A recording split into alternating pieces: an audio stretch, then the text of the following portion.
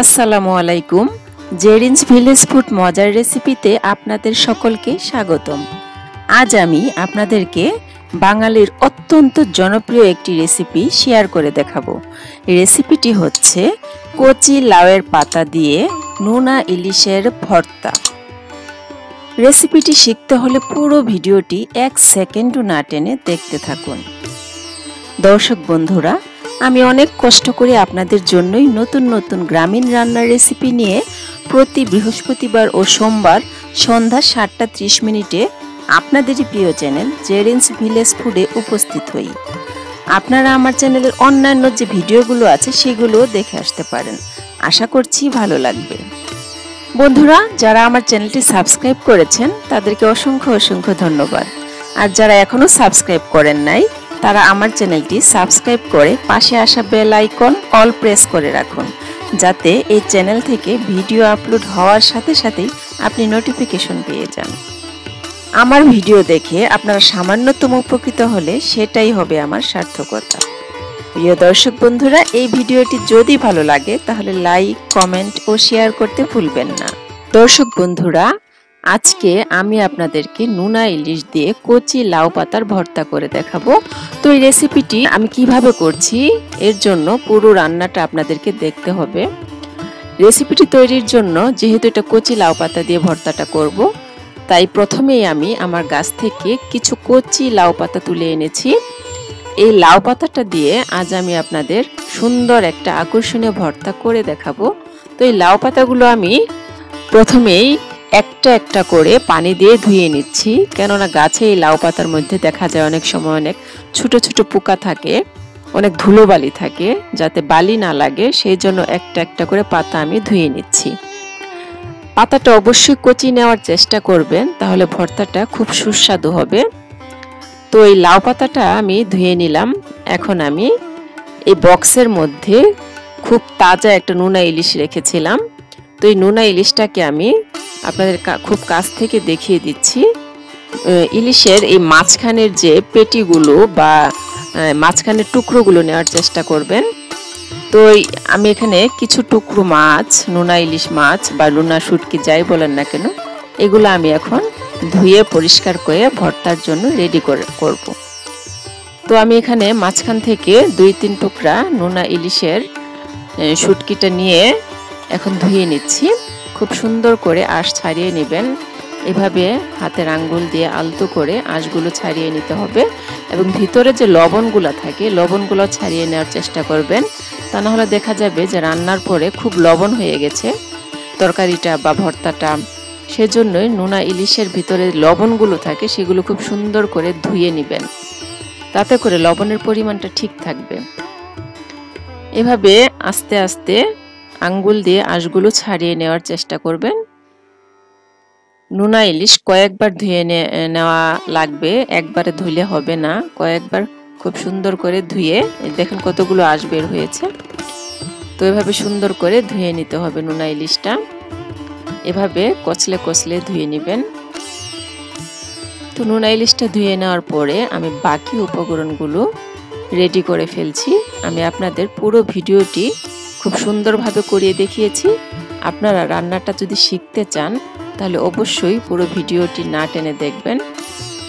তো আমি এই বটিটা দিয়ে এই ইলিশগুলো কেটে নেব, ইলিশের টুকরোগুলো, এবং পেঁয়াজ, রসুন, কাঁচামরিচ সবগুলো আমার কেটে নিতে হবে। তাই জন্য আমি বটিটা একটা খুব সুন্দর শক্ত জালি দিয়ে খুব সুন্দর করে ধুয়ে নিচ্ছি, কেননা বটি সবসময় রান্নার আগে বটিটা খুব সুন্দর করে ধুয়ে নিতে হয়, তাহলে কাটাগুলো খুব সুন্দর হয়।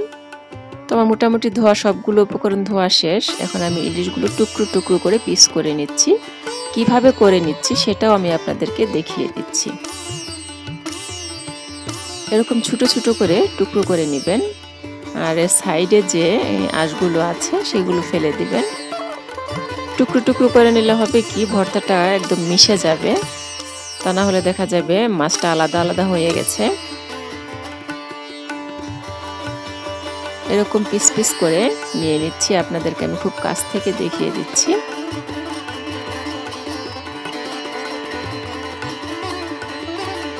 দেখুন দর্শক, খুব সুন্দর করে আমি ইলিশের টুকরোগুলো করে নিচ্ছি।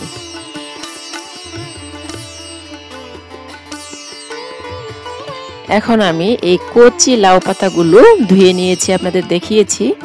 এখন এই লাউ পাতাগুলো আমি কেটে নিব। এভাবে লাউয়ের বুটা থেকে আঁশ ছাড়িয়ে আমি লাউ পাতাগুলো বটি দিয়ে সাইজ করে কেটে নিচ্ছি। দেখতেই পাচ্ছেন লাউয়ের পাতাগুলো কিন্তু একদমই কচি, নিজের হাতের লাউ গাছের পাতা বলে কথা। পাতাগুলো এভাবে বুটা থেকে আঁশ ছাড়িয়ে সুন্দরভাবে আমি পাতাগুলো কেটে নিব একে একে।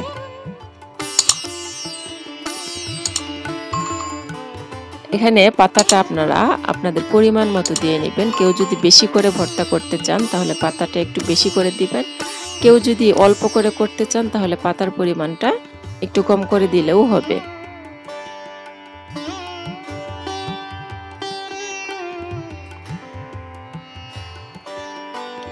এখন আমি একে একে পেঁয়াজ, কাঁচামরিচ, রসুন সবগুলো কুচি কুচি করে কেটে নেব।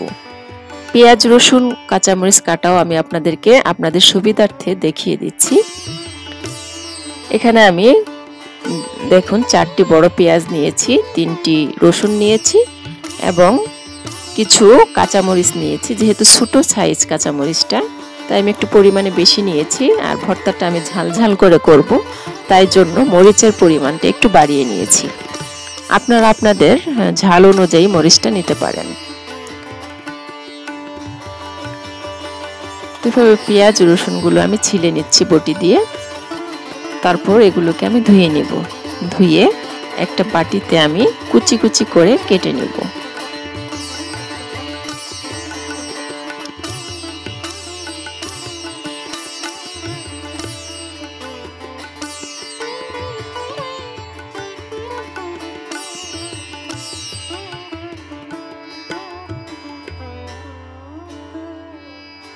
আপনারা অনেকেই জানেন যে শুটকি ভর্তা বা যে কোনো শুটকি ভর্তায় রসুনের পরিমাণটা একটু বাড়িয়ে দিতে হয়, তাহলে ভর্তাটা খেতে অনেক টেস্ট হয়। আমি এখানে দেশি রসুন নিয়েছি। আপনারা চাইলে যে ইন্ডিয়ান যে মোটা রসুনটা ওইটাও নিতে পারেন। অনেকে হাতের কাছে দেশি রসুনটা থাকে না, তবে দেশি রসুন দিয়ে ভর্তা করলে হয় কি খেতে অনেক মজা হয়। রসুনের একটা স্মেল, খুব সুন্দর একটা গন্ধ আসে। রসুন খুবই উপকারী একটা সবজি। আমি রসুনটা এরকম পিস পিস করে কেটে নিচ্ছি।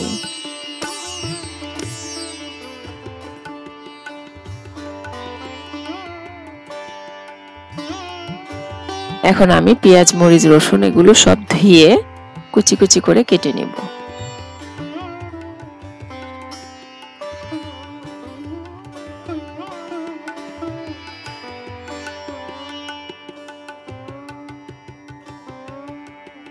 আমি একটা পাত্রে পানি দিয়ে এগুলোকে ধুয়ে নিচ্ছি।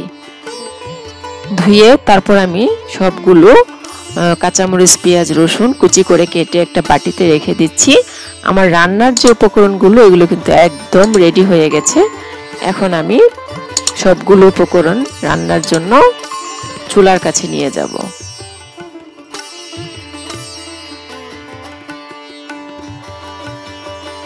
মরিচগুলো পুরো ফেলে নেবেন। এখানে ঝাল ঝাল করে যে ভর্তাটা করব সেই জন্য আমি মরিচগুলো কিন্তু একদম ফেলে নিচ্ছি। এখানে যদি মরিচটা একটু আনাম আনাম থাকে তাহলে কিন্তু বেশি ঝালটা বের হবে না। আমি সবগুলো মরিচ কিন্তু চিড়ে নিচ্ছি।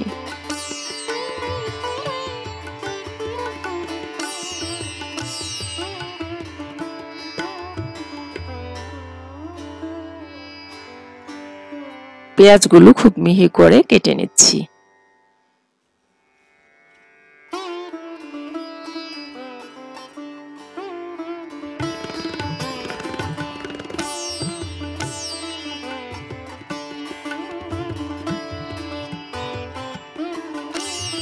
আপনারা যারা আমার চ্যানেলে নিয়মিত আছেন তারা অবশ্যই জানেন আমি গ্রামীণ কিছু রান্না অথবা ভর্তা বেশি শেয়ার করি আমার চ্যানেলে। যারা আমার চ্যানেলে নতুন তারা অবশ্যই ঘুরে দেখে আসতে পারেন।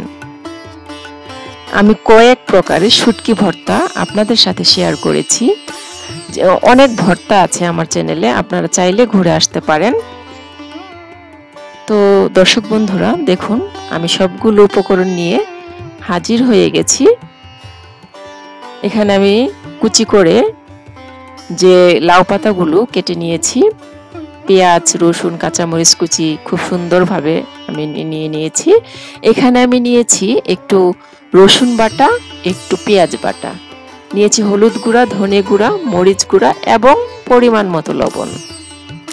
আর আমি এই ভর্তাটা করার জন্য অবশ্যই সরিষার তেল ইউজ করব।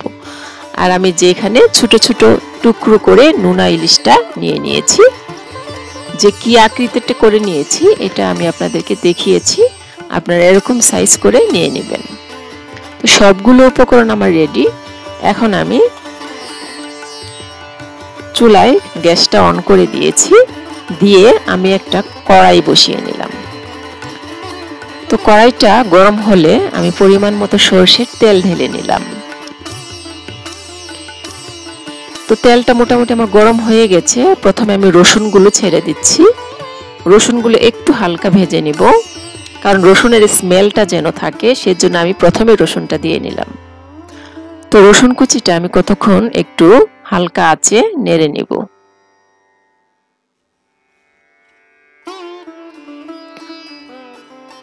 রসুনটা মোটামুটি আমার নাড়াচাড়া ভাজা হয়ে গেলে আমি এখানে একটা শুকনো মরিচ ফেলে দিলাম, 3 টুকরো করে দিলাম একটা শুকনো মরিচ। এখন আমি বাকি যে পেঁয়াজ, রসুন, মরিচগুলো আছে, কাঁচামরিচ, সবগুলো কাঁচামরিচ এবং পেঁয়াজ আমি দিয়ে দিলাম। আমি হালকা লালচে করে পেঁয়াজ, রসুন এবং কাঁচামরিচটা ভেজে নিচ্ছি। তারপর আমি নোনা ইলিশটা সেই তেলের মধ্যে, পেঁয়াজের মধ্যে দিয়ে দিলাম। একটু হালকা ভাজা ভাজা করে নেব।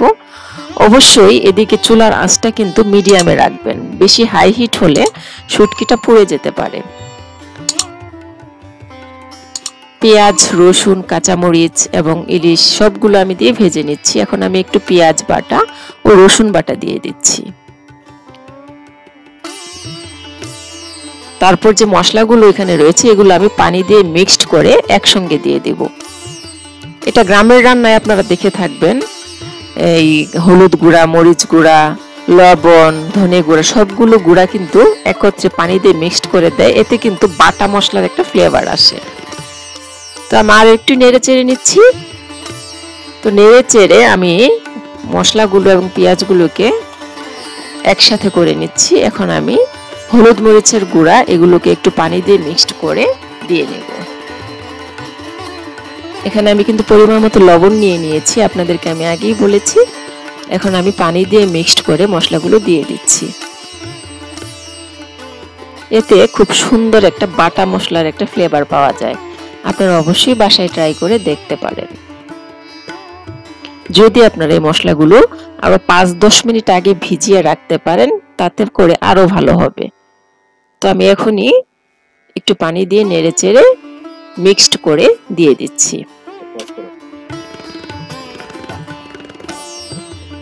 মশলা আমি মিক্সড করে নিয়েছি পানি দিয়ে। এখন আমি এই মিক্সড করা মশলাটা ইলিশের মধ্যে দিয়ে নিচ্ছি, নোনা ইলিশের মধ্যে। এখন আমি খুব ভালো করে নেড়ে চেড়ে নেব, মানে কষিয়ে নেব। আপনি যতটা সম্ভব খুব একটু টাইম নিয়ে কষালে ভর্তাটা কিন্তু অনেক মজা হবে। তো খুব সুন্দর করে নেড়ে চেড়ে আমি নোনা ইলিশটাকে মশলার সাথে কষিয়ে নিচ্ছি। এখানে পেঁয়াজ, মরিচ, রসুনের পরিমাণটা একটু বাড়িয়ে দিতে হবে, যেহেতু এটা নোনা ইলিশের ভর্তা। পেঁয়াজ রসুনের কম্বিনেশনটা একটু বেশি থাকাটাই ভালো, বেটার। তো মশলার সাথে আমি খুব সুন্দর করে কষিয়ে নিচ্ছি। আমার চুলার আঁচটা কিন্তু মিডিয়াম হাই আছে। নেড়ে চেড়ে 5 থেকে 7 মিনিট আমি কষাবো। তারপর আমি যে কচি লাউয়ের পাতাগুলো আমি কেটে রেখেছি এগুলো আমি এখন দিয়ে দিচ্ছি। দেখুন কি সফট হয়ে আছে, একদমই সফট লাউয়ের পাতাগুলো, যেহেতু কচি পাতা বুঝতেই পারছেন। তো এই লাউ পাতাগুলো আমি এখন মশলার সাথে এবং শুটকির সাথে মিশিয়ে নেব নেড়ে চেড়ে।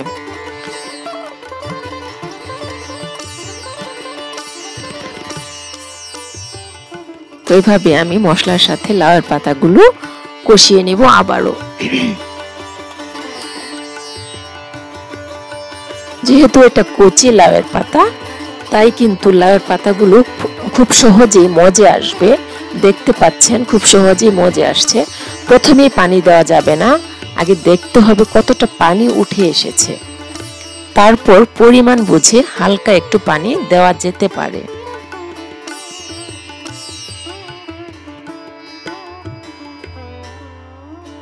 এখন আমি কষানোর জন্য কিছুক্ষণ নেড়ে চেড়ে রেখে দেব। কচি লাউ পাতা তো একদম মিলিয়ে গেছে, দেখতে পাচ্ছেন সবুজ সবুজ, দেখতে কালারটাও বেশ লাগছে। এটা খেতে কিন্তু খুবই মজাদার, মুখরোচক একটা খাবার। আপনারা যারা এই খাবারটা বা এই রেসিপিটা করেননি বা এই খাবারটা রান্না করে খাননি, তারা কিন্তু একবার হলো বাসায় ট্রাই করতে পারেন। অবশ্যই অবশ্যই আপনাদের খুবই ভালো লাগবে। আশা করছি খুবই সকলের প্রশংসা পাবেন এই রান্নাটা করে, এবং খেতেও কিন্তু ভালো লাগবে এবং মাঝে মধ্যেই করে খেতে চাইবেন।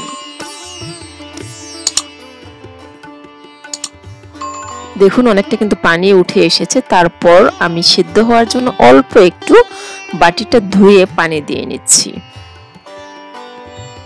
এই ভর্তাটা কিন্তু একদম শুকনো শুকনো হবে, তাই বেশি পানি দেওয়া যাবে না। আমি শুধু সিদ্ধ হওয়ার জন্য একটু পানি দিয়ে নিলাম। খুব সুন্দরভাবে মিশিয়ে এখন আমি এই ভর্তাটাকে 5 মিনিটের জন্য একটু ঢেকে দিব, যাতে খুব সুন্দরভাবে সিদ্ধ হয়ে মোলায়েম হয়ে যায়। 5 মিনিট পর আমি কিন্তু চলে এসেছি।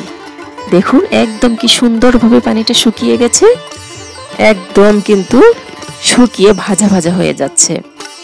তারপর আমি খুন্তির সাহায্যে এই লাউ পাতাটা এবং শুটকিটাকে একদম চাপড়ে চাপড়ে আরো ভর্তাটা খুব সুন্দর মিহি করে নিব।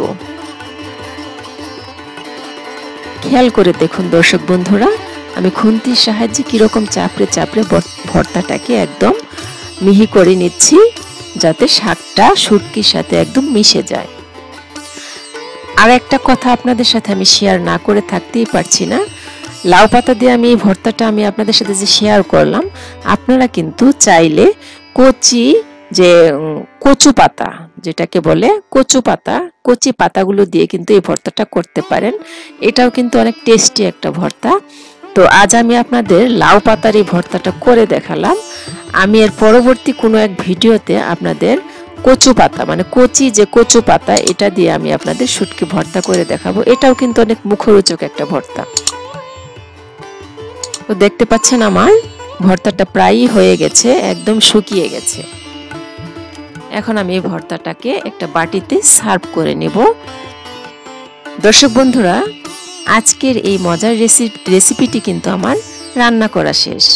কিছুক্ষণের মধ্যেই আমি এটি একটি সার্ভিং বলে সার্ভ করে নিলাম। এভাবে কচি লাউ পাতা দিয়ে নুনা ইলিশ রান্না করলে বা ভর্তা করলে আশা করি বাসার সবাই অনেক পছন্দ করবে। আমার রেসিপিগুলো ভালো লাগলে প্লিজ চ্যানেলটি সাবস্ক্রাইব করে পাশে থাকা বেল আইকন প্রেস করে রাখবেন, যাতে ভিডিও আপলোড দেওয়ার সাথে সাথেই নোটিফিকেশন পেয়ে যান। সুপ্রিয় দর্শক বন্ধুরা, আজ কিন্তু আমি এখানেই বিদায় নিব।